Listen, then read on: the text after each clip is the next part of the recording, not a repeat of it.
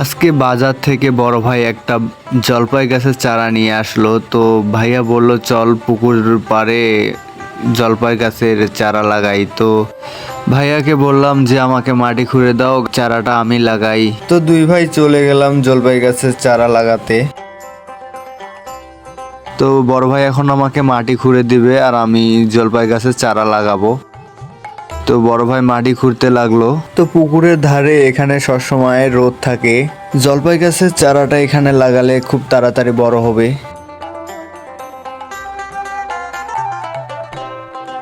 তো বড় ভাই মাটি খোঁড়া শেষ, এখন আমি জলপাই গাছের চারাটা লাগাবো। তো জলপাই গাছের চারার পলিথিন দেওয়া আছে, এই পলিথিনটা খুলতে হবে খুব ধীরে সাস্তে যাতে মাটিটা না পড়ে।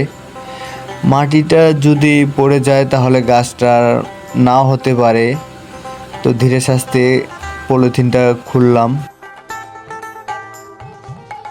তো জলপাই গাছের চারার পলিথিন খোলা শেষ, এখন আর একটু মাটি খুঁড়তে হবে। তো আমিও মাটি খুঁড়তে লাগলাম।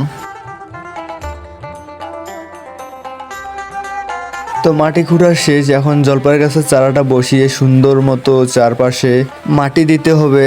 আর মাটি যাতে গাছটা না নড়ে এই জন্য মাটিগুলো শক্ত করে দিতে হবে। আর চারপাশে আমি কোদাল দিয়ে মাটিগুলো দিচ্ছি। গাছ লাগান, পরিবেশ বাঁচান, ভবিষ্যৎ রক্ষা করুন। আজ একটি চারা, কাল একটি ছায়া। গাছ লাগিয়ে আমরা বাঁচতে পারি আমাদের ভবিষ্যৎ। জীবনকে ভালোবাসলে প্রাকৃতিককে ভালোবাসুন।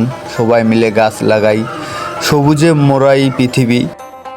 গাছ শুধু সৌন্দর্য নয়, এটি আমাদের জীবন রক্ষাকারী। তাই আসুন সবাই গাছ লাগাই, পরিবেশ রক্ষা করি। প্রতি বছর অন্তত একটি গাছ লাগাই। তো আমরা আজকে জলপাই গাছ লাগাইলাম, আপনি কবে লাগাবেন? গল্প শেষ, বার্তা রয়ে গেল। গাছ লাগান, ভালোবাসা ছড়ান। তো সবাই ভালো থাকবেন, সুস্থ থাকবেন। নেক্সট ভিডিও পাওয়ার জন্য আমাকে সাপোর্ট করবেন। ধন্যবাদ।